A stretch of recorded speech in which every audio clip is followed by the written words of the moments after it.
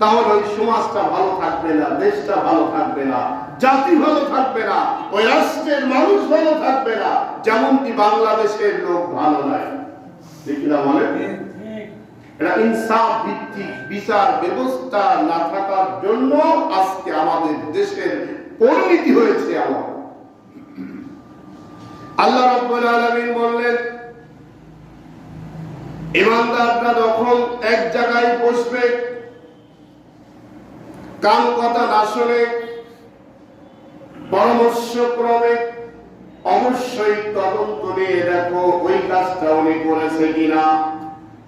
যদি এই কাজটা তিনি করে না থাকে, আর যদি মনে করে এমনটা ভুল হয়েছে, আবার ভুল ব্যক্তি অনুতপ্ত অনুশোচনা হয়ে সাথে সাথে স্যালেন্ডার হয়ে আফসোস করতে থাকো, না জানি আমার কারণে এত বড় ভুল হয়ে